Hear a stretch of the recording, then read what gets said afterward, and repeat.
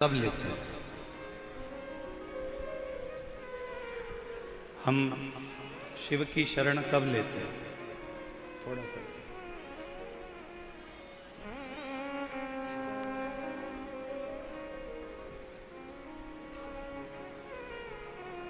जब हमारे जीवन में बहुत सारा दुख, बहुत सारी तकलीफें, बहुत सारा कष्ट आ जाए,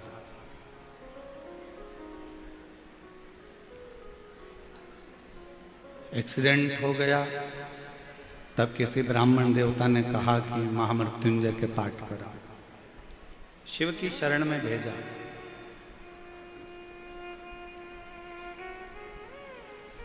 कर्जा हो गया, किसी ब्राह्मण देवता ने कहा कि पीपल के नीचे जाकर दीप लगाओ।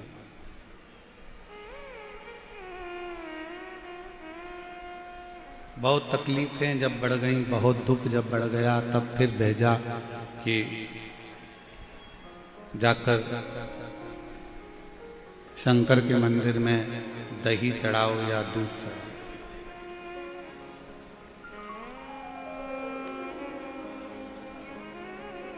आप लोगों में से कई लोग ऐसे होंगे जिनको कोरोना नहीं हुआ होगा।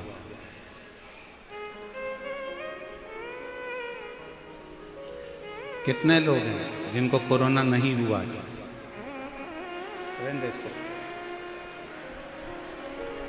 नहीं हुआ था ना? हाँ, रखिए। अब एक बात बताओ, आपको कोरोना नहीं हुआ, उसके बाद भी वैक्सीन लगवाया कि नहीं लगवाया? लगवाया ना? क्यों लगवाया? कि मान लो वैक्सीन अगर लगवा लेंगे तो ये कोरोना का असर अपने ऊपर नहीं होगा।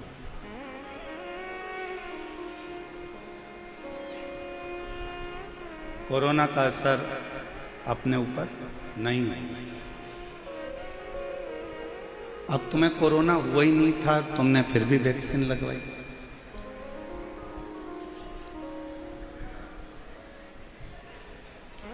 चेचक हुआ नहीं, फिर भी चेचक का टीका लगवाया। पैरालिसिस नहीं हुआ, फिर भी पोलियो की 2 बूंद दवा पी। क्यों? किस लिए? कि अगर हमने आज अगर वैक्सीन लगवा लिया तो हमको आगे चलकर कभी भी अगर कोरोना का लक्षण आता भी है तो हम बच सकते। पोलियो की 2 बूंद इसलिए पी कि कभी जिंदगी में अगर ये लक्षण आता भी है तो पोलियो की दवाई से वो ठीक हो जाए। चेचक का टीका इसलिए लगवाया कि आने वाले समय में कभी कोई तकलीफ हो तो वो बच जाए। उसी तरह कोरोना होने पर वैक्सीन लगवाना ये उत्तमता नहीं, कोरोना होने के पहले वैक्सीन लगवाना जरूरी है। उसी तरह दुख आने से पहले शिव का नाम लेना चालू कर दो तो दुख आना वाला है। कष्ट आएगा ही नहीं, तकलीफें आएगी। हमारी आदत क्या है? जब बहुत नज़दीक में कोई आता है, बहुत नज़दीक में बीमारी बढ़ जाती है, बहुत नज़दीक में तकलीफ आती है, तब हम लोग भागते हैं। और बचपन खेल में खोया, जवानी नींद भर सोया, बुढ़ापा देख कर रोया, सिराने मौत हंसती है। हमारा बचपन चले गया, जवानी चली गई, अधेड़ी चली गई, आया बुढ़ापा, तब हमको उस ईश्वर की याद आ गई।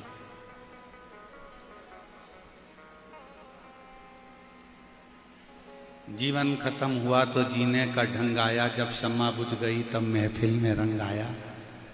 बुढ़ापा आया तब परमात्मा की याद आई, तो परमात्मा ने भी सोचा, रोटी ताजी थी जब दे देती गाय को तो गाय भी दुआ देती। रोटी जब पूरी कड़ली हो गई, पानी में गल गई, तब तूने गाय को दी, तो गाय ने भी सोचा गली सड़ी रोटी मुझको दी। बचपन अच्छा था, भगवान को देना था। जवानी अच्छी थी, परमात्मा को देना थी। हमने कभी भी इस व्यासपीठ ने ये नहीं कहा कि तुम तुम्हारा दुकान छोड़ो, तुम तुम्हारा घर छोड़ो, तुम तुम्हारा परिवार छोड़ो। ये व्यासपीठ कभी नहीं कहती, क्योंकि शंकर भगवान कभी अपना घर नहीं छोड़े। तो हम तुमको क्यों कहें कि घर छोड़ कर जाओ? शिवजी ने कभी अपनी पत्नी को नहीं छोड़ा, तो हम तुमको क्यों कहें कि पत्नी को छोड़कर गंगा जी में जाकर बैठ जाओ? शिवजी ने अपने बच्चे नहीं छोड़े, तो हम क्यों आपसे कहेंगे कि अपना बुढ़ापे में अपने बच्चों को छोड़कर कहीं जाकर बैठ जाओ? क्यों कहेंगे? शिवजी का परिवार ये कहता है कि अपने नजदीक में अपनी पत्नी को भी रखो, अपने नजदीक में अपने बच्चों को भी रखो, अपने नजदीक में अपने परिवार को भी रखो, और उन सबको रखकर भी अपनी साधना में तल्लीन रहो, अपनी भक्ति में तल्लीन रहो। इसमें भेद नहीं होना चाहिए।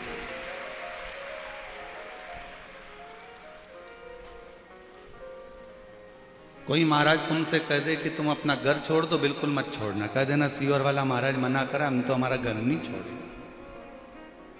कोई कहे तुम अपना व्यापार छोड़ दो, बहुत व्यापार करो, तुम्हारे शरीर की कैपेसिटी है उससे दुगना व्यापार करो, भगवान तुमको इतनी कृपा कर दे कि तुम्हें रात दिन कमाने से फुर्सत ही ना मिले। मना नहीं। तुम्हारे शरीर की कैपेसिटी है उससे दुगना तुम व्यापार करो, मना नहीं। अच्छा कमाओ, पर तुम्हारी कमाई के साथ में एक बात का और याद रखना कि वो कमाई का कम से कम 100 रुपए में से 10 रुपए ऐसे कमाना कि वो 10 रुपए आप अपने खुद के ऊपर, हम दान की नहीं कहेंगे कि तुम अपना, कई लोग कहते हैं कि अपनी कमाई का इतना अंश बाहर निकाल कर दान करो, ये करो वो करो। हम तो नहीं कहते कि तुम अपनी कमाई का इतना अंश निकाल के दान करो, हम तो ये कहते तुम्हारी कमाई का इतना अंश निकाल के अपने खुद के ऊपर खर्च करो।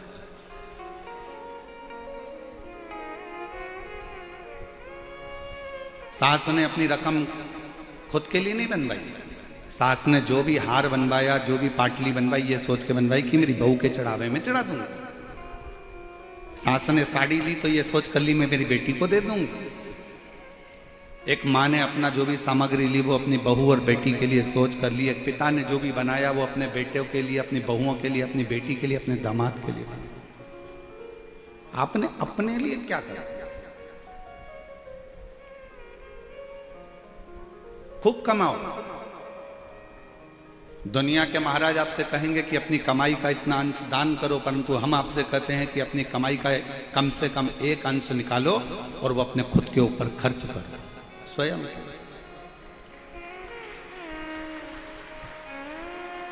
इसीलिए थोड़ा सीवर वाला महाराज लोगों को थोड़ा खटकता है।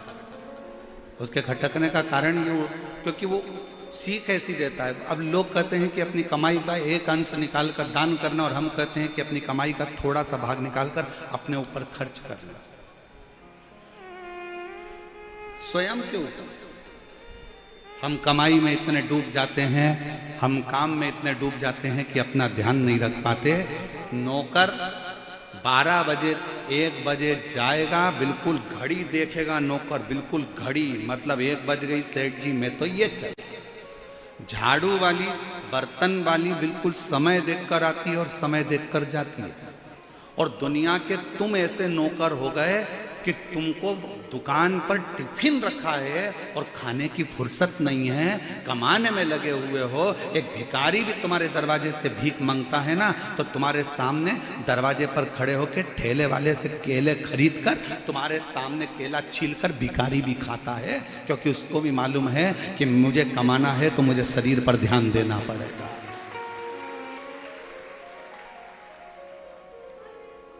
एक केवल आप और संसार के मनुष्य ऐसे होते चले जा रहे हैं कि वो अपने शरीर पर ध्यान नहीं दे रहे। कमाना है, कमाना है, कमाना। कई बुजुर्ग माताएं दिन भर लगी रहती, मेरी बेटी की शादी में मायरा भरना है, मेरी बेटी की शादी करना है, फिर मायरा भरना है, बहू आने वाली है, पोता आने वाला है, पोती आने वाली है, नाती आने वाला है, पंती आने वाला है, सबकी तैयारी कर ली, तूने अपने लिए क्या करा?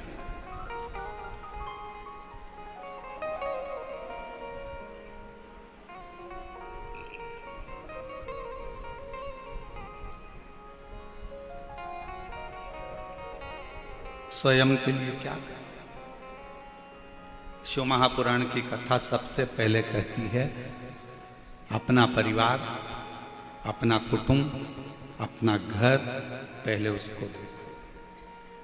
और फिर निवेदन करूंगा अगर दान करना है ना आपको तो उसके लिए भी शिव महापुराण ने कहा।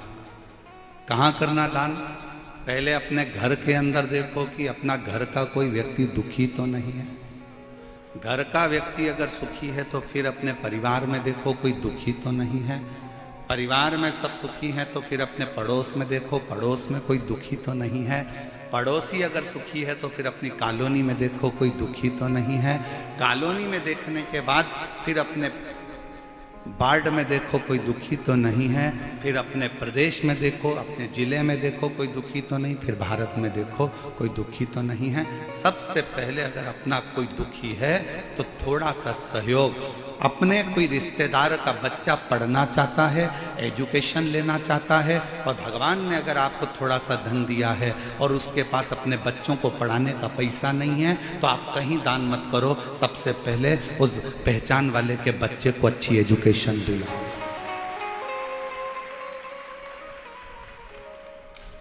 उस बच्चे को एजुकेशन दिलाइए।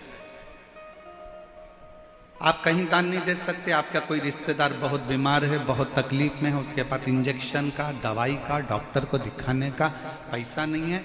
अपने को अगर भगवान ने दिया है तो थोड़ा सा उसकी औषधि में लगा, थोड़ा सा।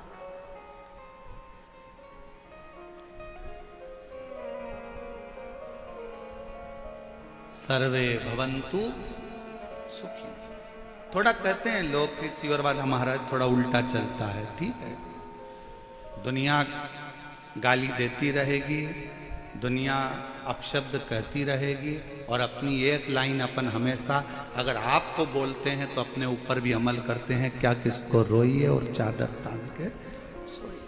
आग लगे बस्ती में अपन मस्ती।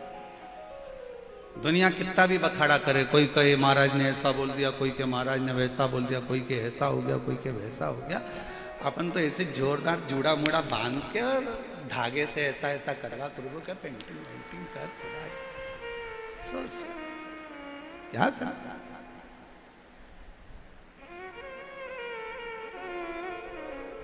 हम तो बाबा के भरोसे चलते हैं, हम तो बाबा के भरोसे चलते हैं। ये दुनिया वाले जलते हैं, ये दुनिया वाले जलते हैं। हम तो बाबा के भरोसे चलते हैं, हम तो बाबा के भरोसे चल उसके आश्रित होकर, समर्पित होकर। कुछ बनाया है ना तुमने, कुछ तैयार करा है तुमने, कुछ बनाया है तो अपनी प्रसन्नता के लिए अपने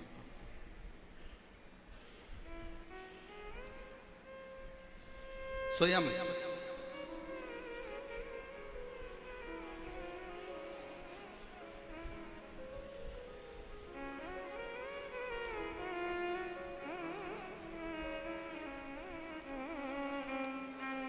एक बार हम लोग महाराष्ट्र में कथा कर रहे थे, शहादा की बात है।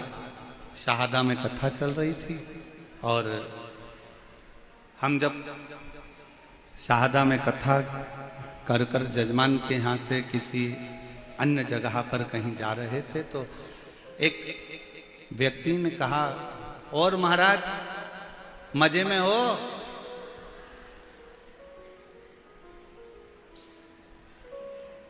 उसने आवाज लगा कर कहा, और महाराज मजे में हो? हमने कहा हाँ, हम आनंद में। हमने कहा हाँ, हम आनंद में। ये सादा की बात है। उसने आवाज लगा कर कहा, और महाराज मजे में हो? हमने कहा हाँ, हम आनंद में। उसने कहा महाराज जी, मजे में और आनंद में कोई अंतर होता है क्या? हमने कहा बहुत बड़ा अंतर होता है। जिसके पास पैसा होता है वो मजे में रहता है, और जिसके पास शिव रहता है वो आनंद में रहता है। मजे में रहने के लिए धन चाहिए और आनंद में रहने के लिए शिव चाहिए। शंकर होगा तो आप रूखी रोटी में भी आनंद कर लोगे, शिव करीब में होगा तो दुख में भी सुख नजर आएगा। और अगर मजे में हो तो डंलप के गद्दे पर सोकर भी नींद चली जाएगी। मजे में हो तो रात को सोने के लिए नींद की गोली खाना पड़ेगी। मजे में हो तो रोज दवाई लेकर सोना पड़ेगा। पर आनंद में होगे तो दवाई का चक्कर नहीं, दुआ का चक्कर रहेगा, वो शिव का चक्कर। उसने कहा महाराज मजे में हो, हमने कहा आनंद में। तो अंतर क्या है दोनों में? मजे में और आनंद में जमीन और आसमान का अंतर है। जिसके पास धन है वो मजे में, और जिसके पास शिव है वो आनंद। यहां आनंद ही तो है। जरा बाहर जाकर एक नजारा देखिएगा, रोडों के किनारे पर, रोड पर लोग खड़े हुए हैं, धूप में लोग जमीन पर बैठे हैं। जो धूप में डामर पिघल जाता है उस धूप में लोग बैठे हैं अपना दरी बिछाकर। अब इसको क्या कहोगे? मजे में कहोगे कि आनंद में कहोगे? आनंद में कहोगे, क्योंकि मजे चाहिए होते तो लोग ये धूप में बैठने नहीं आते। आनंद है उनके अंदर, इसलिए वो शिव की भक्ति में जहां मर्द पड़ रहा वहां बैठे। मजे वाला व्यक्ति कभी इतनी भीड़ में नहीं आता है, वो डंलप के गद्दे पर रहता है। मजे वाला व्यक्ति एसी का रूम नहीं छोड़ता है। मजे वाला व्यक्ति अपनी 4 व्हीलर गाड़ी नहीं छोड़ता। मजे वाला व्यक्ति अपना घर और सोफा सेट छोड़कर नहीं आता। जिसके दिल में शंकर आकर बैठ जाता है, जो आनंद में डूबना चाहता है, वही इतनी गर्मी में भरचक भीड़ में पहुंचकर भी आनंद लेता है। और तो भी इनके चेहरे पर सल नहीं मिलेगा। ये पेड़ के नीचे भी बैठे हैं तो इनके चेहरे पर सल नहीं है। इनको सियोर वाला महाराज तो अभी तक दिखा भी नहीं है।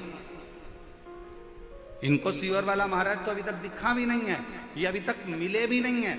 और जहां बैठे हैं तो भी इनके चेहरे पर वही प्रसन्नता मिलेगी जैसे एक प्यासे को कुएं का पानी मिल जाता है तो वो तृप्त हो जाता है, और एक प्यासे शंकर के भक्त को शिव पुराण मिल जाती है तो वो तृप्त हो। क्या मिलेगा? क्या? शिव को पाना है, आडंबर से दूर हो जाना। शिव को पाना। ब्रह्मा जी ने शिव जी पर शंका कर कर गलती कर दी थी, और केवल ब्रह्मा जी की शंका नहीं थी, शंका बहुत सारों की होती है जो शिव पर करा करते हैं, जो समझते ही नहीं है शंकर को।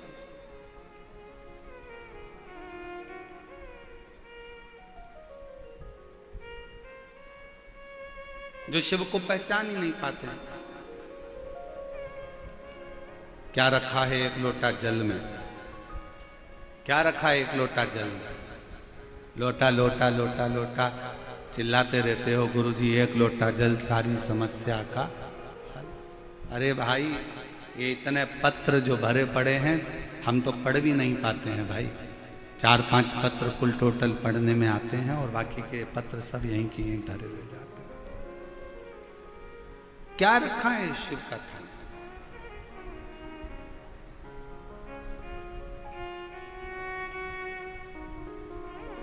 हमसे मत पूछो, राम जी से जाकर पूछो शिव नाम में है क्या।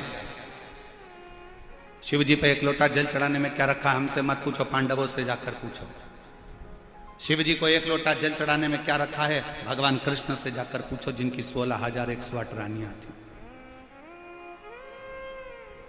क्या है एक लोटा जल में?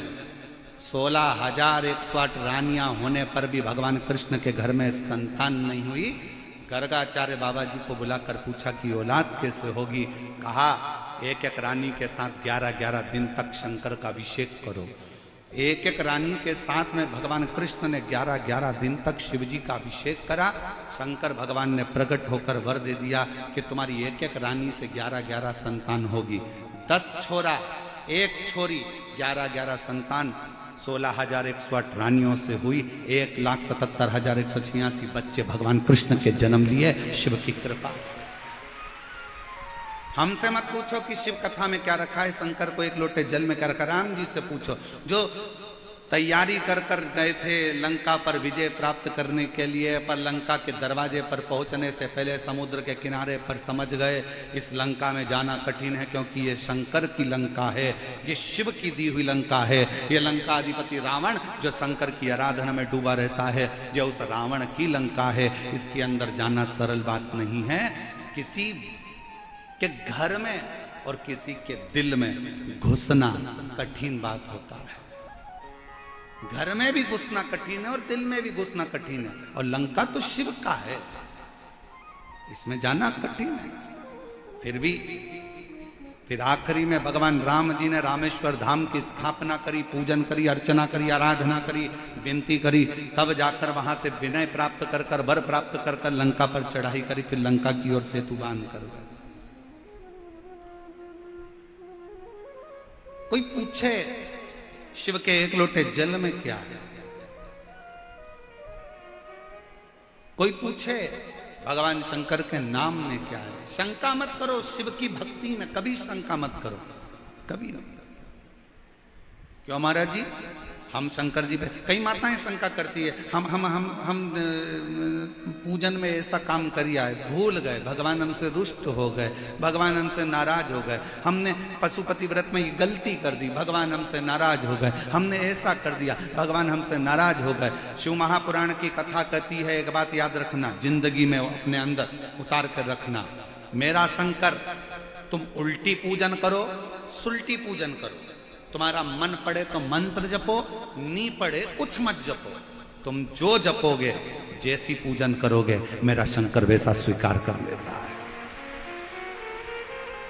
अभिमन्यु का चरित्र शिव महापुराण की कथा में आता है कि एक बालक अभिमन्यु, जिसको कुछ नहीं मालूम था, एक दिन क्या करा उसने, कितना सरल भाषा है, छोटा सा बच्चा अभिमन्यु, मात्र 5 वर्ष का अभिमन्यु, और दौड़ते दौड़ते जाता है और जाकर एक छोटा सा पत्थर उठा कर लिया।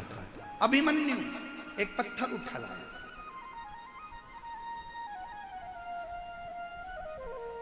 और अभिमन्यु पत्थर उठा कर लाया, उस पत्थर को उसने एक जगह पर रख लिया। क्या करता है, अभिमन्यु छोटा सा 5 साल का बच्चा दौड़ता दौड़ता जाता है, अंदर से पानी भरकर ला रहा था, तो मैया ने चिल्ला दिया, कहां पानी लेकर जा रहा है, पानी का लोटा वहीं छोड़ दिया, अपना कपड़ा गीला करा, जिस वस्त्र को पहना था उसी को गीला कर लिया, गीला करके उसको लाके पत्थर पर निचोड़ रहा है अभिमन्यु, पत्थर पर निचोड़।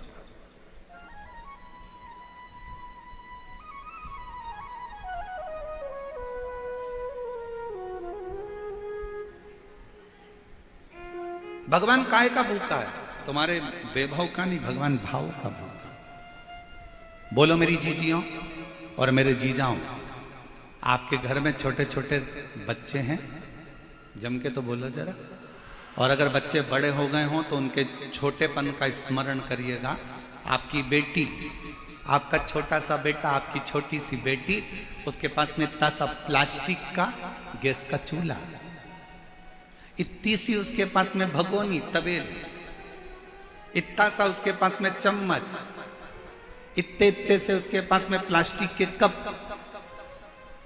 इतना छोटा सा फ्रिज, इतनी छोटी सी कूलर, इतना छोटा सा कुकर। बोलो देखे कि नहीं देखे, जम के तो बोलो जरा सब देखे। बच्चे जब पूरा व्यवस्था जमा कर बैठते हैं, इतने में पापा आ जाते हैं और बेटी दौड़ कर आती है छोटा सा कप लेकर, छोटा सा प्लास्टिक का कप, उसके अंदर कुछ भी नहीं है, और आकर कहती पापा चाय। पापा को मालूम है इसमें चाय नहीं है, पर पापा उससे चाय का कप लेते हैं, गोदी में बिठाते हैं, पीते हैं। कैसी लगी? पापा कहते बहुत बढ़िया, बहुत बढ़िया। और लाऊं? छोटी सी बच्ची 2 चोटी बंदी लहंगा पहनी दौड़ कर गई, फिर लेकर आ गई। पापा केतली में, इतनी सी केतली, उसमें से कूड़ती है, लो। थोड़ी देर बाद मम्मी आ गई, मम्मी मैं तुम्हारे लिए रोटी लाती हूँ, और इतनी सी प्लेट प्लास्टिक की, उसमें लो मम्मी रोटी खाओ। मम्मी रोटी खाती, मम्मी को मालूम इसमें रोटी नहीं है, पर बेटी जब भाव से खिला रही होती है तो वो असली की रोटी भी उसके आगे फीकी पड़ जाती है और भाव की रोटी उसके आगे प्रबल हो जाती है। भगवान ऐसा ही है। माता पिता भाव का भोजन पाते हैं तो उनको खुशी होती है कि मेरी बेटी ने चाय पिलाई, मेरी बेटी ने मुझे खाना खिलाया, मेरी बेटी ने मुझे कुकर में से सब्जी निकाल कर खिलाई। उसी तरह अब अभिमन्यु 5 वर्ष का है, अपना कपड़ा गीला कर कर उस पाषाण पर, उस पत्थर पर जो रखा हुआ है उस पर निचोड़ रहा, निचोड़।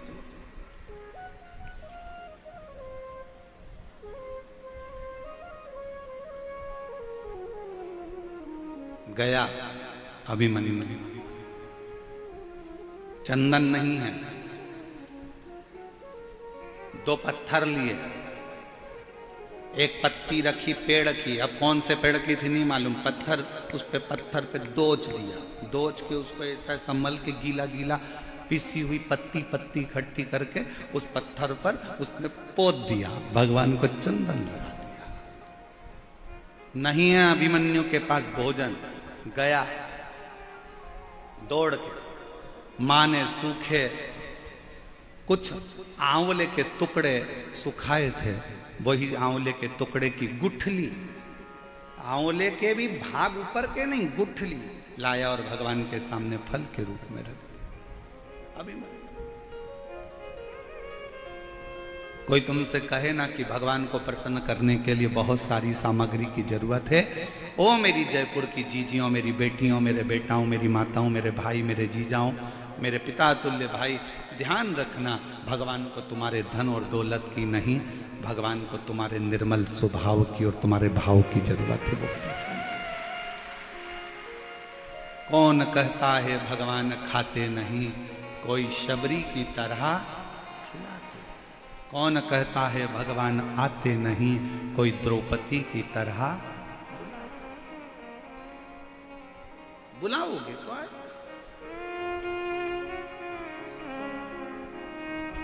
किसको नहीं दिया उसने ये बताओ। ए मेरी जीजियों, संसार का कोई मानव अगर तुम्हारे पास में आकर कह दे कि भगवान शंकर ने मुझको नहीं दिया या मुझको नहीं दिया या मुझको नहीं दिया, सब झूठ है। जो एक बार शिव महापुराण की कथा को दिल से सुनता है, एक बार कहीं मौका मिल जाए और पंडाल में बैठकर कथा का रस तत्व ग्रहण करता है, ये निश्चित है शंकर उसकी झोली 3 महीने में भरता जरूर है। क्यों नहीं देगा? क्यों नहीं?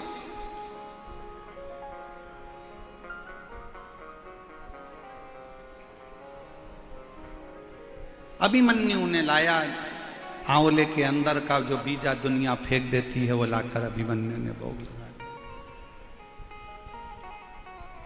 उसके पास में दिया भी नहीं है, बुझा हुआ दिया मिट्टी का लाकर बुझे हुए दिए से ही आरती कर रहा। और भगवान शंकर प्रसन्न हो जाता। चंचुला देवी ने कौन सा पुण्य करा था? एक पापी की पत्नी थी चंचुला देवी, जिसका पति बिंदुक प्रेत योनि में पड़ा हुआ था। अच्छा कर्म नहीं करा था बिंदुक ने रत्ती भर भी, पर चंचुला देवी उसकी पत्नी थी, उसकी पत्नी थी।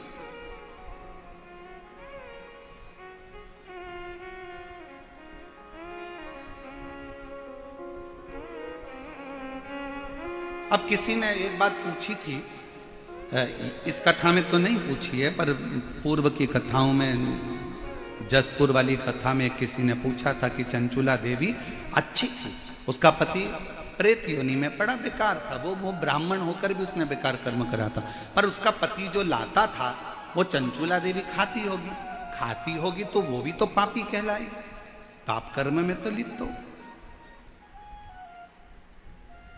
सावधान इंडिया, सावधानी से सुने जरा। शिव महापुराण की कथा को बड़े विशेषता में श्रवण करना। अगर पत्नी का एक नाम होता है पत्नी और दूसरा नाम होता है धर्म पत्नी। पत्नी वो होती है जो पति को पतन के रास्ते पर ले जाती है, पत्नी वो होती है जो पति को सिनेमा घर ले जाती है, पत्नी वो होती है जो पति को मायके ले जाती है, पत्नी वो होती है जो पति को घूमने ले जाती है, और पत्नी वो होती है जो पति को घुमाने फिराने ले जाती है, और धर्म पत्नी वो होती है जो पति को सत्संग में लेकर जाती है। धर्म पत्नी वो होती है जो पति को भगवान के दरवाजे तक लेकर जाती है। पत्नी और धर्म पत्नी में जमीन और आसमान का अंतर है, बहुत लंबा अंतर।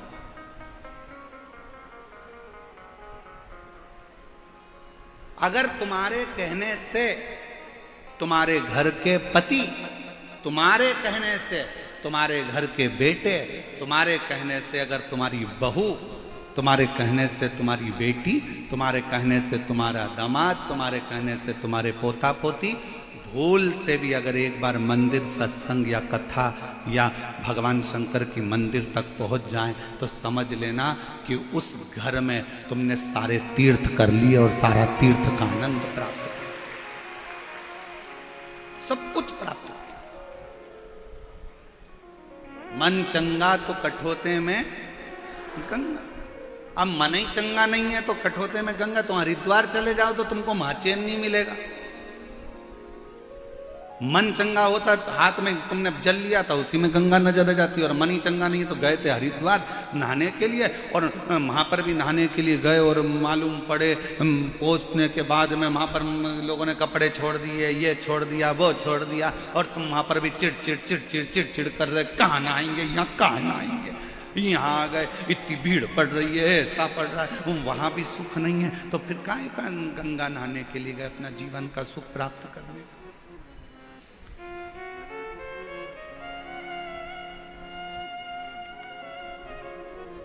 लोग कहते हैं चंचूला पति कमाता था, पाप कर्म करता था, उसका अंश धर्म पत्नी खाती थी, तो इसको भी पापी की गिनती में रखा जाए। बोलो रे भाई, तुम्हारा क्या कहना है? जयपुर वाले जो निर्णय देंगे कथा अमर में ही मोड़ देंगे। तुम निर्णय दो आज। पति पाप की कमाई कर कर लाया, चोरी कर कर लाया, गलत काम कर कर लाया, गलत चीजें कर कर लाया, गलत भाव से लाया, और पत्नी ने वो गलत चीजें पति की कमाई की खाई, तो पत्नी पापन कहलाएगी कि नहीं कहलाएगी? जहां जयपुर वाले निर्णय देंगे अपन कथा को वहां मोड़ देंगे, आज तक के विचार नहीं है। कहलाएगी हैं? अब आधे बोल रहे हैं हाँ, आधे बोल रहे हैं ना। अब महाराज जी फंस गए बीच में। बताओ जल्दी से, कहलाएगी नहीं कहलाएगी? पत्नी उस पाप की हकदार नहीं होगी। क्यों नहीं होगी?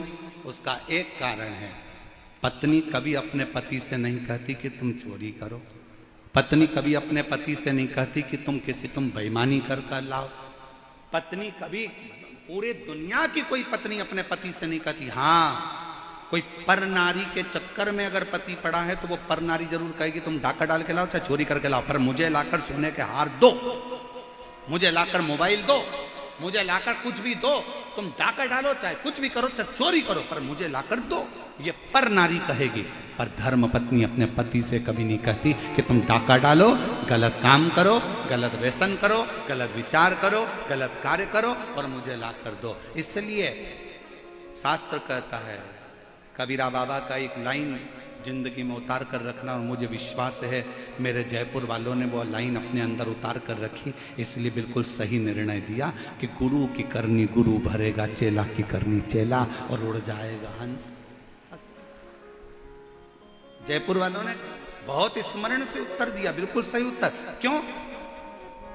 दुकान पर बैठकर झूठ तुमने बोला, छल तुमने करा, बेईमानी तुमने करी, कपट तुमने करा, जो कुछ करना था दुकान पर बैठकर तुमने करा, ऑफिस में तुमने करा, तुमने ऑफिस में बैठकर झूठ बोला, कपट करा, बेईमानी करी, छल करा, दुकान पर बैठकर, फैक्ट्री में बैठकर तुमने करा। पत्नी ने नहीं, बच्चों ने नहीं।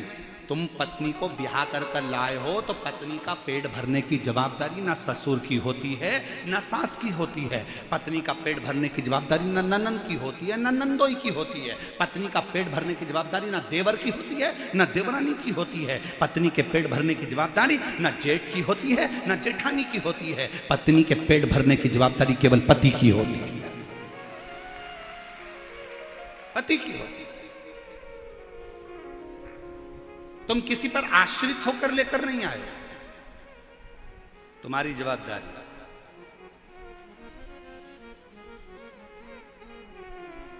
तुम्हारे बल पर में आई, किसी दूसरे के बल पर नहीं। तो पेट भरने की जवाबदारी किसकी है? पति। बच्चे हुए हैं तो उनका भरण पोषण करने की जवाबदारी किसकी है? जम के बोलो, पति की। अच्छी शिक्षा देने की जवाबदारी पति की होती है, अच्छे कॉलेज में पढ़ाने की जवाबदारी पति की होती है, अच्छे स्कूल में पढ़ाने की जवाबदारी बच्चों को पति की होती है। फिर माँ की क्या जवाबदारी होती है? तो शिव पुराण कहती है माँ की जवाबदारी होती है अपने बच्चों को संस्कार देना, गलत कार्य से दूर हटाना और अच्छी राह देना। ये माँ की जवाबदारी है।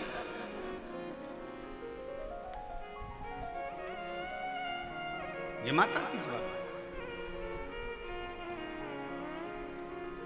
चंचुला को पाप नहीं लगेगा। पत्नी ने कभी नहीं कहा कि तुम चोरी कर कर लेकर आओ। गुरु की करनी गुरु भरेगा, चेला की करनी चेला। तुमने झूठ बोला, तुमने बेईमानी करी, तुमने प्रपंच करा, तो ऊपर भी कर्म का भोग तुम्हें ही भोगना। बल्कि धर्म पत्नी तो इतना अच्छा काम करती है, तेरी कमाई में से थोड़ा सा धन निकाल कर कहीं दान कर देती है, तो तेरी कमाई शुद्ध हो जाती है और खुद भी परम धाम जाती है और तुझे भी लेकर जाती है। वो धर्म पत्नी होती है। गलत नहीं कर रही। और मत बुरे कर्म कर बंदे, वरना पछताएगा। भगवान की आंखों से तू बच नहीं पाएगा, तू बच नहीं पाएगा। अरे ओ अज्ञानी मत कर नादानी, अरे ओ अज्ञानी मत कर नादानी। तेरे कर्म का फल भी तू ही पाएगा, जैसा किया तूने तेरे आगे आएगा। मत बुरे कर्म कर बंदे, वरना पछताएगा। भगवान की आंखों से तू बच नहीं पाएगा, तू बच नहीं पाएगा। अरे ओ अज्ञानी मत कर नादानी।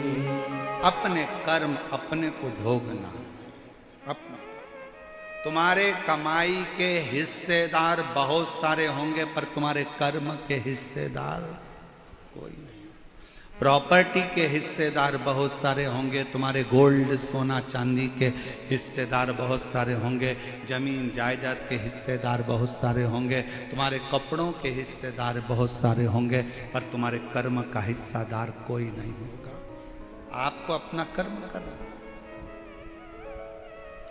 कौन होगी? चंचुला जैसी। पति इतना पाप कर्म कर दिया तो भी अपने पति को प्रेत की योनि से छुड़ाने के लिए, प्रेत की योनि से छुड़ाने के लिए चंचुला देवी शिव महापुराण की कथा तुमरुका जी से सुन। कौन होगी?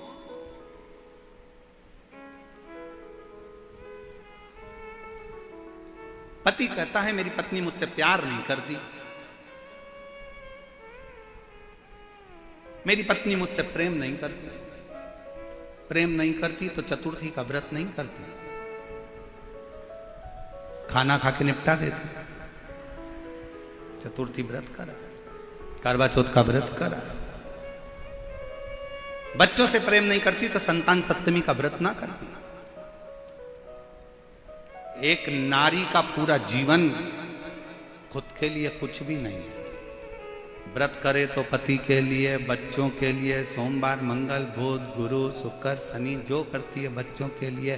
शरीर में बीमारी होने के बाद भी खड़ी होकर प्लेटफॉर्म पर भोजन बनाती रहती है। रसोई घर में बुखार है तो भी बच्चों का टिफिन बनाना पड़ेगा। सवेरे बच्चे भूखे चले जाएंगे, पति ऑफिस क्या लेकर जाएगा? बेचारी अपने लिए क्या जीती है? क्या जी? और उसके बाद भी उसकी जिंदगी में क्या प्राप्त होता है? केवल ताने, अपशब्द, अपशब्द। चंचुला देवी से तुमरुका जी ने कहा था, सुन चंचुला, तेरा पति प्रेत योनि में पड़ा है, उसको पड़े रहने दे, क्योंकि उसने बेकार कर्म करा है। उसको क्यों मुक्त कराना चाहती है? जो तेरा ध्यान नहीं दिया, पर स्त्री में लगा दिया, एक वेश्या का संग पकड़ लिया, रानी का हार चुरा कर लिया आया, और रानी का हार भी ले जाकर देने लगा, तो उस वेश्या को देने लगा। तेरे घर का जितना धन था वो वेश्या को ले जाकर दे दिया। वेश्या के बच्चों को पालता रहा और खुद के बच्चों को नहीं पाला। तू ऐसे पति के लिए शिवपुराण की कथा सुन रही है? ऐसे पति के लिए? चंचुला, तेरी बुद्धि मारी गई है, तेरा विवेक कहां चले गया चंचुला? चंचुला कहती है, वो फिर वो एक लाइन याद कर लो, वो ऐसी टेढ़ी चोटी वाली बाई की। कौन सा गाना था वो? भला है बुरा है जैसा भी है मेरा पति मेरा दिलदार। वो टेढ़ी चोटी वाली बाई फिल्म में गाई यही गाना, फिर याद करो। दो कहा तुमरुका जी ने, ये तेरा पति तो प्रेत है, गलत योनि में पड़ा, और तू उसके लिए कथा करा, उसके लिए। चंचुला देवी का शब्द अगर आप सुनोगे ना शिव महापुराण की कथा का, मैं तो कहूंगा पूरे जयपुर वालों के भाग्य हैं जो आपको ईसर गोरा शिव पुराण की कथा मिली है, यह संवाद। और इस कथा को केवल यही नहीं, 272 देश इस कथा को सुन रहे हैं। 272 देश इस कथा को सुन रहे हैं, और प्रत्येक देश से इस कथा को सुनने की ललकता थी। जो कथा चंचुला देवी का चरित्र जनमानस को मालूम पड़ रहा, ईसर गोरा कथा से।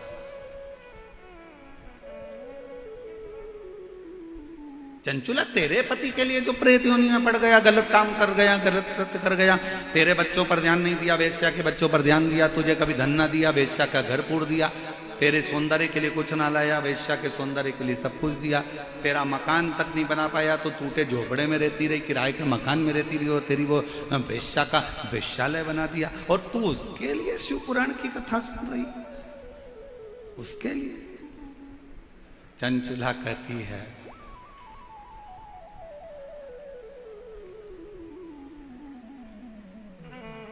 जिसके साथ मेरे 7 फेरे ढले हैं, मैं उसके एक जन्म अगर उसका बिगड़ गया तो उसके 6 जन्म बिगड़ने नहीं दूंगी। तब तो मैं नारी हूं, तब तो मैं स्त्री।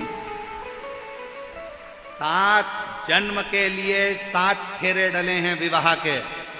मान लो उसने एक जन्म अपना बेकार कर लिया, वेश्या के चक्कर में लग गया, पाप में लग गया, और उसके 6 जन्म तो नहीं बिगड़ने दूंगी, 6 जन्म तो नहीं बिगड़ने दूंगी। ए गुरुजी, मेरा पति बहुत दारू पीता, मैं तो इससे तलाक ले लूंगी, मुझे नहीं रहना इसके साथ। क्यों नहीं रहना? क्यों नहीं रहना? रहो, तुम्हारे अंदर के तेज पुंज को प्रकट करो, और भगवान शंकर की ऐसी भक्ति धारण करो कि धीरे धीरे तुम्हारा पति वो दारू के नशे से दूर हो जाए। हर चीज का जवाब तलाक नहीं होता कि 2 मिनट में तलाक ले लिया और कहने वालों ने बस तलाक तलाक बोल दो तो तलाक हो। ना ना ना ना, रहो उसके साथ, और मालूम पड़े तलाक ले भी लिया और दूसरी जगह फिर ब्याह की तैयारी करने लगे, और अभी तो मालूम पड़े था कि बेहरू मिला था और आने वाले समय में और सिंदूर चढ़ा बेहरू मिल गया, तो क्या करोगे? इसलिए जैसा मिला है फिर वही वाली बात आ गई। चलो गाओ। बुरा है, आवाज ही नहीं आ रही तुम लोगों की, जरा बोलो तो। भला है जय मेरा पति मेरा दिलदार। बहुत जोरदार गाते हो आप लोग, एक बात तो है, नजर उतार लेना घर जाके, बहुत जोरदार। अच्छा है, स्मरण होना चाहिए आप लोगों को, ये चित्तवृत्ति में होना चाहिए। उसका एक जन्म बिगड़ गया पर 6 जन्म उसके नहीं बिगड़ने दूंगी। तो धर्म पत्नी है। और अगर सोचे कि मेरी जिंदगी बेकार हो गई, मेरा जीवन बेकार हो गया, तो 6 जन्म कैसे निकालोगे? कैसे? यहां तो जन्म की बात है साहब, जन्म।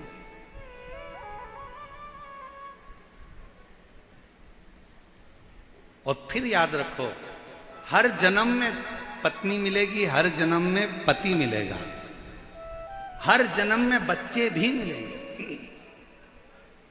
हर जन्म में तुमको भोजन भी मिलेगा।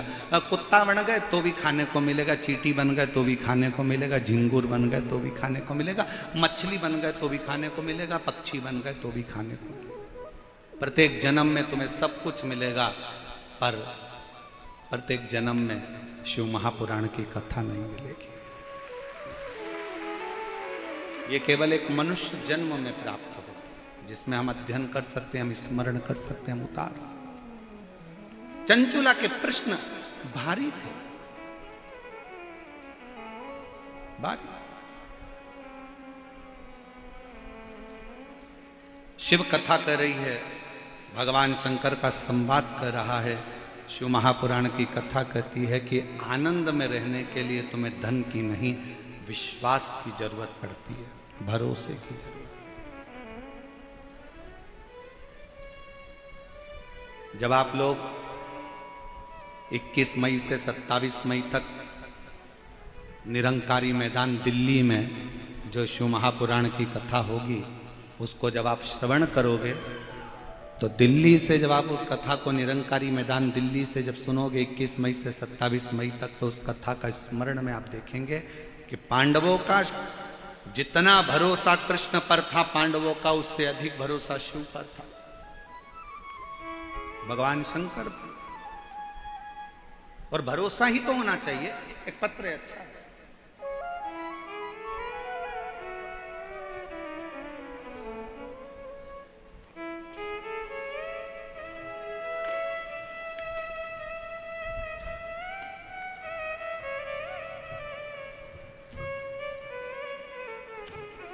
इसमें भी ईश्वर गोरा जी लगा के भेजे, पत्र में भी हो।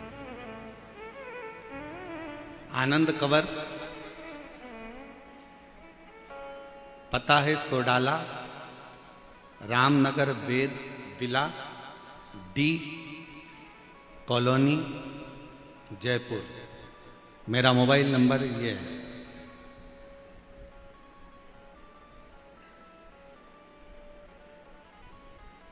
मेरा निवेदन गुरुजी,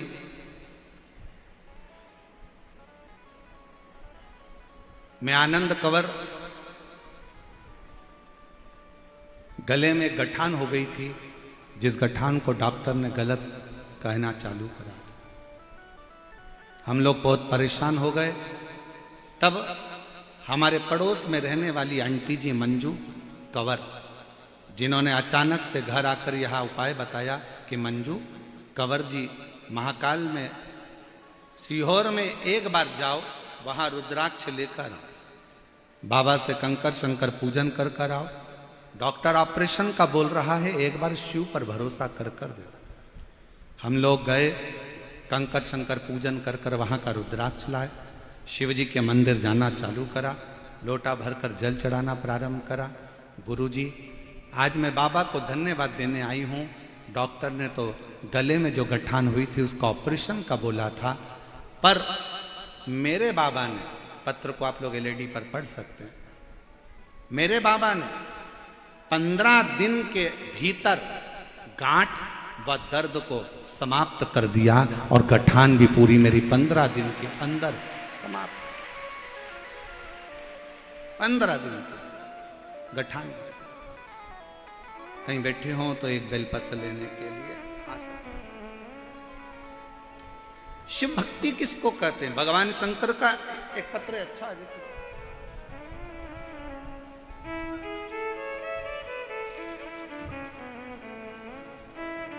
मेरा नाम राजेश धाकड़ है, मेरे पति का नाम रूप सिंह है,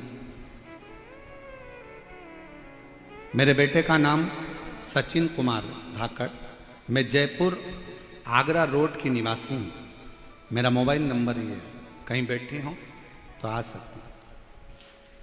मैं सबसे पहले जजमान परिवार श्री अग्रवाल जी को धन्यवाद देती हूँ, सुधीर जी को जिन्होंने जजमान पद ग्रहण किया, और पूरी समिति को धन्यवाद देती हूँ जिन्होंने हमको ये 7 दिन की शिव पुराण की कथा श्रवण करने का सौभाग्य दिया।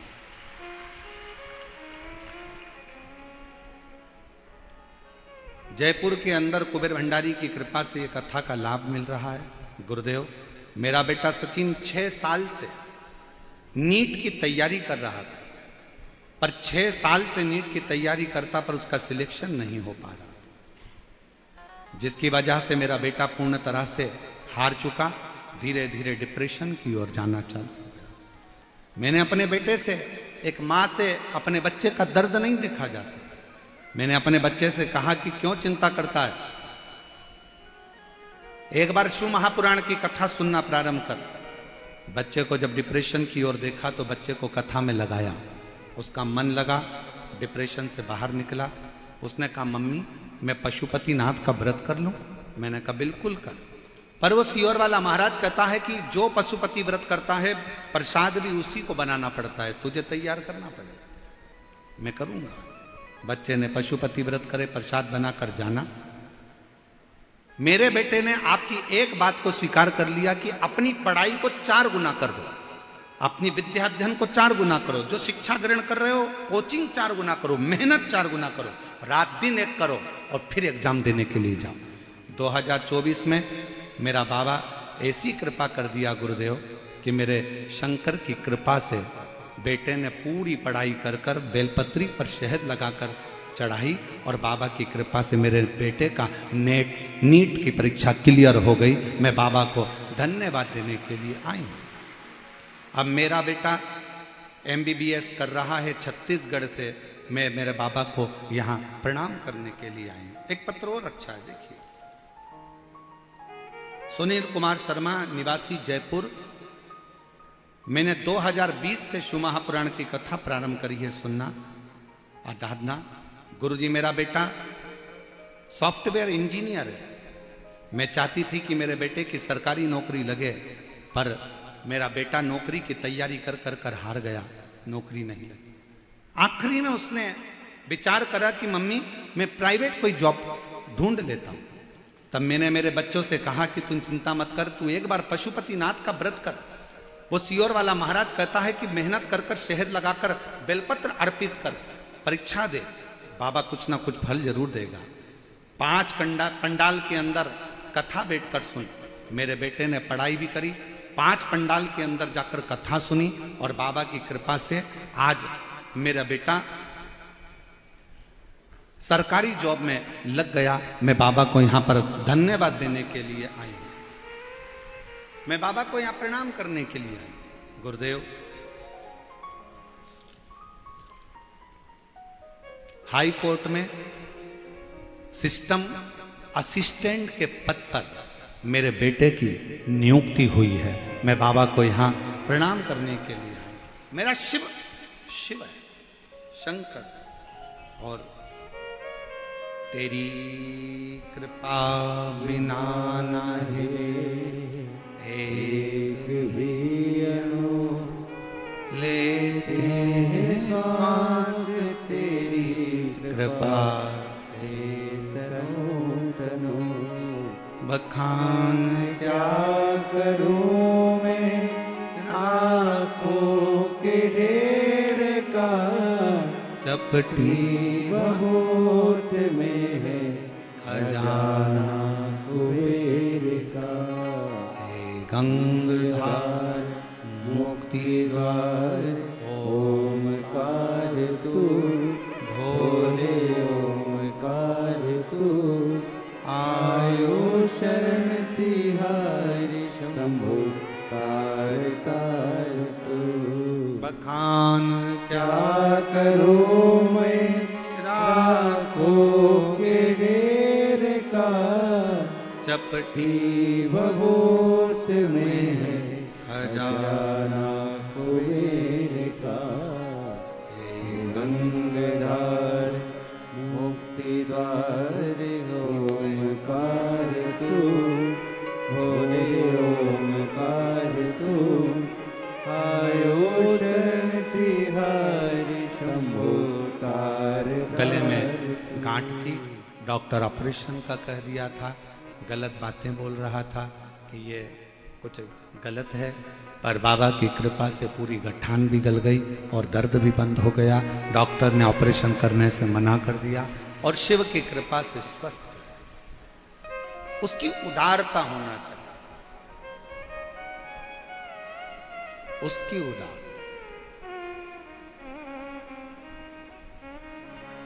आप अगर भरोसा पक्का रख सकते हो, एक बात बताएं, ध्यान रखिएगा, पैसा रखने के लिए बहुत सारे बैंक हैं, सोना रखने के लिए बहुत सारे लॉकर हैं, पर शिव को अपने अंदर रखने के लिए बहुत सारे दिल नहीं है। अच्छे दिल की चाह मेरे बाबा को भी होती है, अच्छे मन की चाह शिव को होती है। आप श्रेष्ठ मन से, श्रेष्ठ चित्त से, श्रेष्ठ वृत्ति से जब शिव को पुकारते हो, शंकर सुनता है। कल एक बहन जी कह रही थी, गुरुजी आप कहते हो कि पंडाल बैठ कथा सुनो, कथा सुनो, कथा सुनो, पंडाल में तो जगह रहती नहीं है। हमने कहा बाहर भी तो बैठ जाते हो, बाहर ना सुनो तो टीवी पर सुनो, आस्था चैनल पर आती है उसमें सुनो, मोबाइल पर आती है उस पर सुनो, दिल तो लगा। कई लोग ऐसे बैठे हैं जिनको केदारनाथ जाना है, बोलो सही है कि गलत है? बहुत सारे ऐसे बैठे हैं, मेरे को अमरनाथ जाना है, मेरे को केदारनाथ जाना है, मेरे को अमरनाथ जाना है, मेरे को केदारनाथ जाना है। अरे बड़े हॉस्पिटल में जाने से पहले प्राथमिक उपचार केंद्र तो जाओ। बड़े हॉस्पिटल में जांच बाद में करवाना, पहले अपने गांव का जो हॉस्पिटल है, अपने शहर का जो हॉस्पिटल है, अपना जो परिचित डॉक्टर है, पहले उसके पास तो जाओ। अर्थात बड़े ज्योतिर्लिंग में जाने से पहले अपने घर के पास में जो शंकर का मंदिर हो वहां जाना तो चालू करो। धीरे धीरे केदारनाथ और अमरनाथ भी बुला लेगा, बुलाएगा। अब तुम जाओ तो हो नहीं, और मन में तैयारी करके हम 4 दोस्त, मम्मी ओ मम्मी, ओ मम्मी 2000 दे। मम्मी बोले काय को दूं? हम 4 दोस्त मिलके अमरनाथ जा रहे हैं। मम्मी माथा ठोकी, बाजू में शंकर जी कभी एक लोटा जल चढ़ा लेने गए, और 4 दोस्त मिलके अमरनाथ जा रहे हैं। क्या करेगा मैं अमरनाथ जाके? दर्शन करूंगा। मम्मी ने बोला अरे सारे तीर्थ धाम आपके चरणों में, अरे हे भोलेनाथ आपके चरणों में। बाजू में अपने घर के 3 घर छोड़ के तो शंकर जी का मंदिर है, वहां जाकर एक लोटा जल चढ़ाना चालू कर। मेरा भोले बाबा तो यहीं पर दर्शन दे देगा। भाव तर आहूं में असर होगा, घर बैठे बुला ले, तुम रूठे रहो भोले, हम तुम्हें मना लेंगे। तुम कहते हो भोले हमें गोरा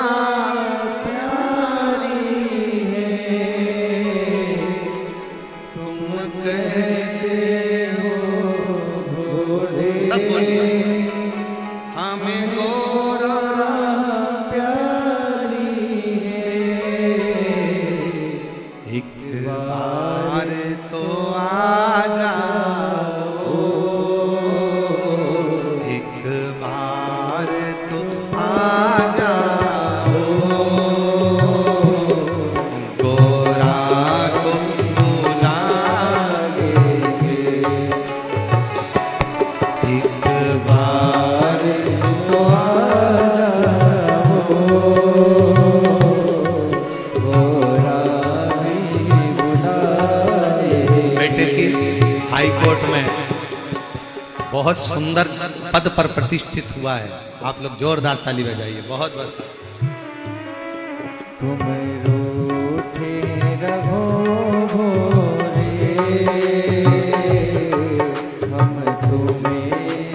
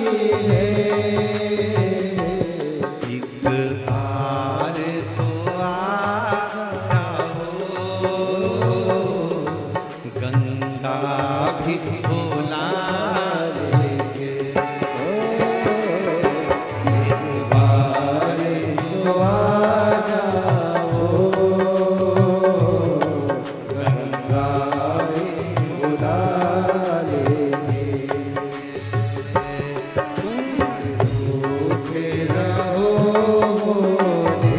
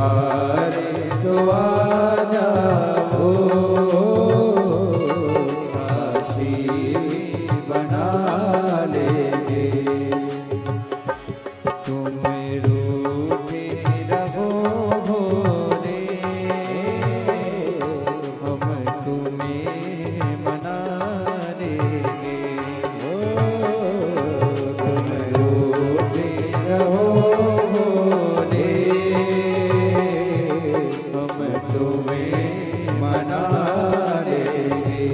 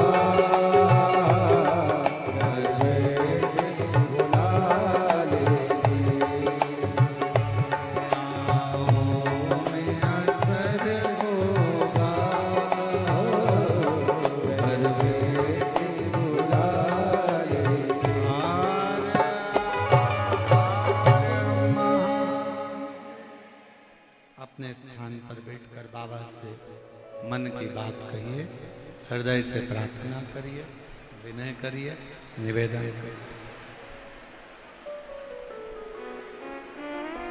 जहाँ जगह मिले वहाँ बैठकर बाबा को अपने मन का भाव अवश्य दिल से प्रार्थना करो, विनय करो, निवेदन करो।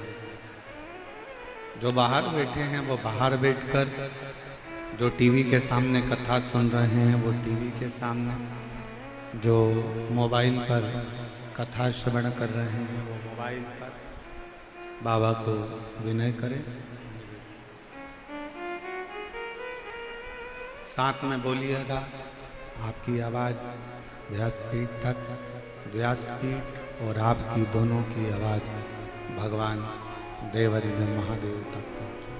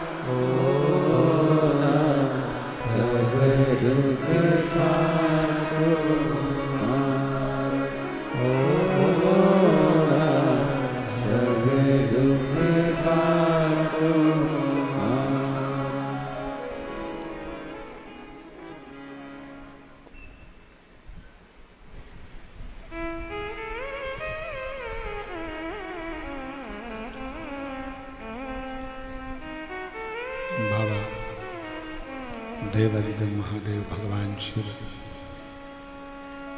ओगरदानी त्रिकालदर्शी कैलाश अविनाशी भगवान शिव की पवित्र कथा कर रहे हैं। भगवान शंकर का चरित्र कर रहा है, शिव महापुराण की कथा वर्णन कर रही है। शंका ब्रह्मा जी को भी थी, शंका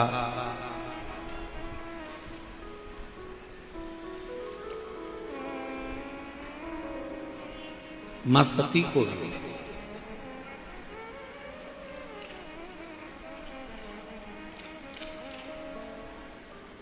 माता सती को एक शंका बड़ी भारी समाहित हुई थी, जिस समय पर कुंभज बाबा के यहाँ से कथा सुनकर जब आ रहे थे और भगवान शंकर जी ने राम जी को प्रणाम किया था, शिव जी ने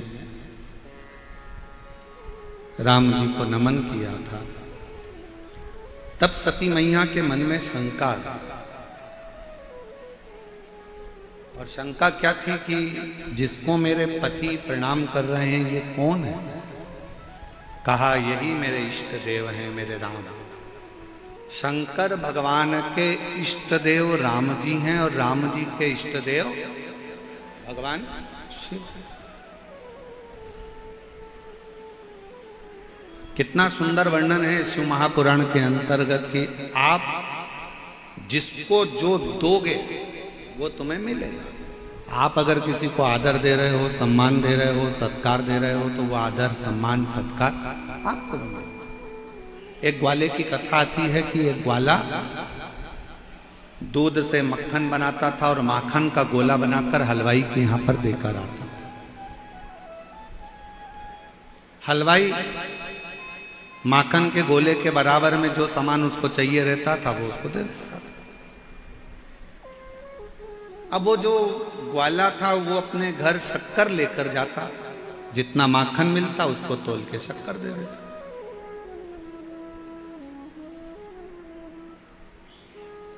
एक दिन हलवाई ने कहा कि यह माखन का गोला कितने ग्राम का है? तो कहा 500 ग्राम का।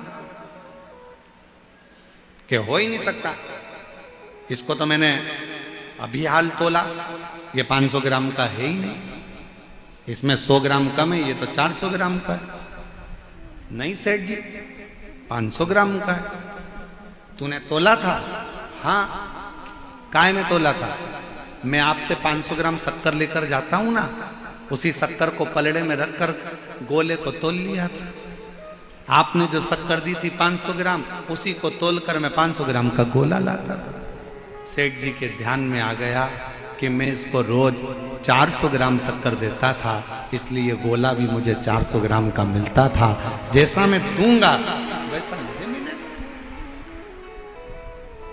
आप अच्छा कर्म कर कर अच्छा देने का प्रयास करो। आप किसी को सम्मान दे रहे हो, सम्मान मिलेगा।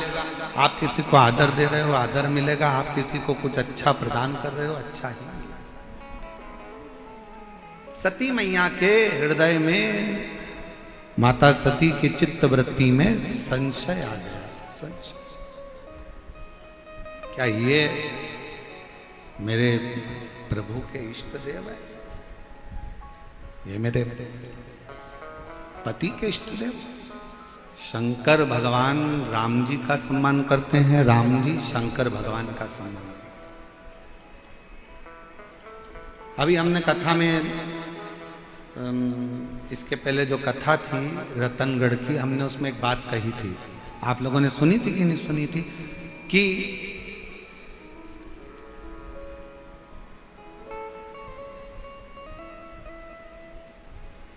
तुम्हें कितना भी गुस्सा आए, पति को कितना भी क्रोध आए, पुरुष को कितना भी चिड़चिड़पन आए, निवेदन है सारा क्रोध, सारा गुस्सा बाहर छोड़कर आओ, घर के अंदर लेकर मत। घर में अगर तुम नारायण बनकर रहोगे तो तुम्हारी पत्नी लक्ष्मी बनकर तुम्हारे चरण रोज दबाएगी प्रतिदिन। और तुमने सोचा कि मैं घर के अंदर शेर बनकर रहूं, तो तुम्हारी पत्नी भी शेरा वाली बन जाएगी। को बनने में देरी नहीं है। आप नारायण बनकर रहोगे तो वो लक्ष्मी बनेगी, आप शंकर बनकर रहोगे तो वो पार्वती बनेगी, आप ईश्वर जी बनकर रहोगे तो वो गोरा जी बनेगी, आप गणा बनकर रहोगे तो वो गोर बनेगी, आप अगर शेर बनकर रहोगे तो वो शेरा। उसमें कोई अंतर नहीं है। ये आपके ऊपर निर्भर करता है कि आप घर में कैसे आ रहे हैं। शंकर भगवान अपने घर में जब भी रहते हैं तो सिर पर गंगा का जल हमेशा भरा रहता है कि घर के अंदर जब भी रहना अपने भेजे को ठंडा कर रहना। और उल्टा है, लोग बाहर ठंडा कर रहते हैं और घर में आकर गुस्सा दिखाते हैं। बाहर तो ऐसे रहेंगे, लोग तारीफ करते हैं, तुम्हारे पति इतने बढ़िया हैं, तुम्हारी पत्नी इतनी जोरदार है, इतनी अच्छा नेचर है, इतना अच्छा नेचर है, एकदम गुड नेचर, एकदम गुड नेचर। पत्नी सिर पे पल्लू लेके सुनती रहती, good nature, good nature, good nature, good nature. और पत्नी कभी कभी कह भी देती है, क्यों तुम बाहर तो बहुत अच्छे रहते हो, और घर में आते से, कमरे में आते से चिड़ चिड़ चिड़ चिड़ चिड़ चिड़ चिड़ चिड़, ये कहाँ की बात है? और तुम ज्यादा चिड़चिड़ करते हो तो फिर जगत जननी जगदम्बा तेरे भक्त जनों पर माता, अरे मीर पड़ गई भारी, और दानव दल पर टूट पड़ी माँ करके सिंह सवारी। घर घर शेरा वाली। फिर वो टूट पड़े तो बता, तुम नारायण बनो वो लक्ष्मी बनेगी, तुम ईश्वर जी बनो वो गोरा जी बनेगी, तुम गणा बनो वो गोर बनेगी, तुम शंकर बनो वो पार्वती बनेगी, तुम ब्रह्मा बने तो वो ब्रह्माणी बनेगी, और तुम शेर बने तो वो। इसलिए थोड़ा सावधान होइए और बड़े स्मरण में अपने चित्त वृत्ति में धारण। अच्छा रहो, मना नहीं, श्रेष्ठता के साथ में अपनी जिंदगी को श्रेष्ठता के साथ जिए, श्रेष्ठता के साथ अपने जीवन को जीने का प्रयास करें। श्रेष्ठ महाराज शिव पुराण कहती है, सती मैया को शंका हो गई और सती मैया राम जी की परीक्षा लेने के लिए चली। जब भीतर शंका उत्पन्न होगी,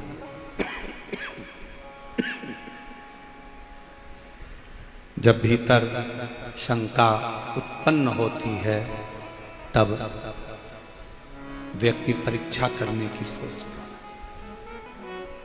परीक्षा, शंका भगवान से दूर कर देती है। सती मैया को किसने दूर करा? शिव जी से। जम के बोलो जरा, शंका। थोड़ी सी शंका जब पति और पत्नी के बीच में आ जाती है तो पत्नी अपने मायके में रहना चालू कर देती है, पत्नी चली जाती है।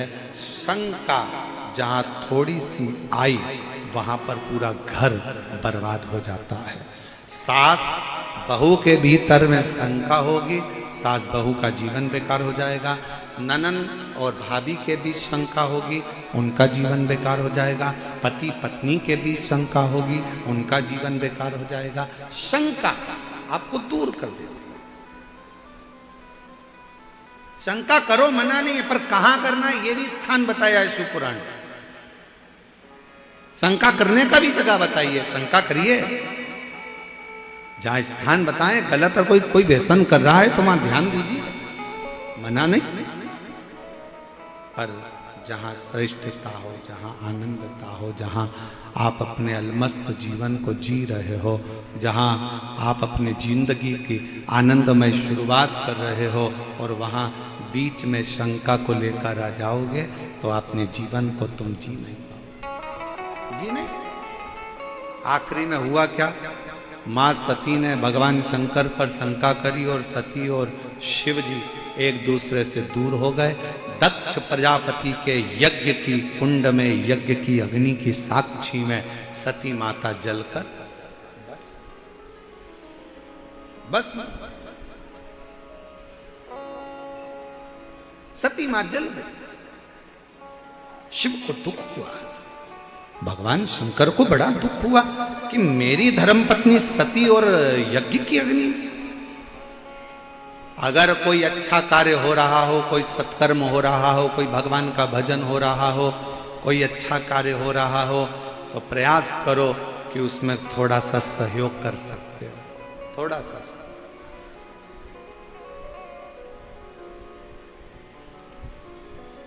अभी कल की बात हम आपको बताते हैं, बताना तो नहीं चाहिए फिर भी बता देते। तेरा तुझको, और कल की बात हम बताएं आपको। कल सुबह सुबह हम जब जा रहे थे तो गाड़ी से माननीय जी के यहाँ, तो चौराहे से थोड़े से आगे आगे रोड पर किनारे पर बहुत अच्छी कॉलोनियां बनी है, वहां पर कोई कुत्ते को बिस्कुट खिला रहा है। फिर उसने कुत्ते को बिस्कुट देते देते साथ में उसने थोड़ा सा, उसके पास में एक प्लास्टिक का डब्बा था, उसमें उसने पानी डाला। इतनी देर में एक घर के सामने से एक महिला निकली और चिल्ला के दौड़ी। पीली लाल बत्ती का समय था, तो वो बत्ती के चक्कर में हम भी रुके हुए थे, थोड़ा आगे ट्रैफिक था। शर्म नहीं आती तुमको? तुम तो कुत्ते को खिला देते हो, पानी पिला देते हो, वो कुत्ता हमारे यहां गंदगी करता है, चलो यहां से। अरे भाई, कुत्ता थोड़ी ना कहीं नौकरी करने जाता है, अपने जैसे से ही थोड़ी सी आस लगाता है। अगर उसको कुछ खाने को और पीने को मिल गया ना, तो खुश होना चाहिए, थोड़ी सी गंदगी से डरना नहीं चाहिए। ये गंदगी साफ कर सकते हो अगर किसी का पेट भर। पक्षी के लिए दाना डाल रहे हो, पक्षी खा रहा है, खुश हो। पानी रख दिए, खुश हो। अगर कुछ नहीं अच्छा कर सकते हो तो दूसरा कोई अच्छा कर रहा है ना, तो उसमें थोड़ा सा हेल्प करो, थोड़ी सहायता। कितना सुंदर कहा है, उल्टा जो हाथ है ना, ये किसी काम का नहीं होता है। एक दिन इसने हड़ताल कर ली उल्टे हाथ में, भगवान से जाकर कहा मैं किसी काम का ही नहीं हूं, काम का तो ये सीधा हाथ है। दान करो तो सीधे हाथ से, भोजन करो तो सीधे हाथ से, भजन करो तो सीधे हाथ से, यज्ञ करो तो सीधे हाथ से, पुण्य करो तो सीधे हाथ से, पिंड दो तो सीधे हाथ से, कार्य करो तो सीधे हाथ से। उल्टे हाथ ने कहा मेरा कोई काम ही नहीं है, तो मुझे काट के फेंक दो, क्या करूंगा मैं इस हाथ का? हाथ करने लगा मेरा कोई काम ही नहीं, मुझे पुण्य कैसे मिलेगा? तब भगवान ने कहा क्यों चिंता करता है? भोलेनाथ जी बोले अगर सीधा हाथ जब दान करे ना, तो तू इसको थोड़ा सा टच कर लिया कर, स्पर्श कर लिया कर, तो इसके पुण्य का थोड़ा सा हिस्सा तुझे भी लगना प्रारंभ हो जाएगा और तेरा कल्याण हो जाएगा।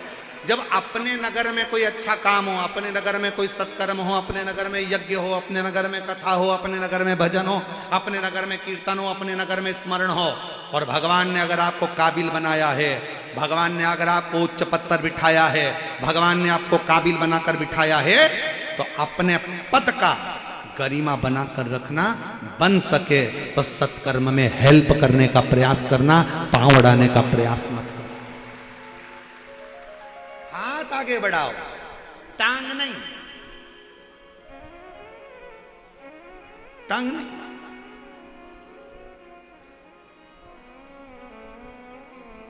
थोड़ा हेल्प करना। और मत बुरे कर्म कर बंदे, वरना पछताएगा। भगवान की आंखों से तू बच नहीं पाएगा, तू बच नहीं पाएगा। महाराज थोड़ा सा अपनी वाणी पर भी संयम रखो, थोड़ा सा अपने पद पर भी संयम रखो, थोड़ी अपनी प्रतिष्ठा पर भी संयम रखो, थोड़े अपने अहम पर भी संयम रखो, थोड़ी अभी अपनी अभिमत्ता पर भी संयम। बहुत ध्यान देना, जब कुर्सी नहीं रहती है, पद नहीं रहता है, जब उतर जाते हैं, रिटायरमेंट हो जाता है, तब अपनी ही औलाद, जो तुमने कुर्सी पर बैठकर खूब हरकत करी है, अपनी औलाद अपने से बदला लेती छाट छाट कर। सावधान, व्यापार करने बैठो तो सावधानी से करो, किसी का दिल ना दुखे। नौकरी करो तो अपने कर्म पर जागरूकता के साथ करिए, किसी का दिल ना दुखे। बाद में जवाब परमात्मा निकाल लेता। बहुत बहुत कुछ अच्छा करते चलो, अच्छा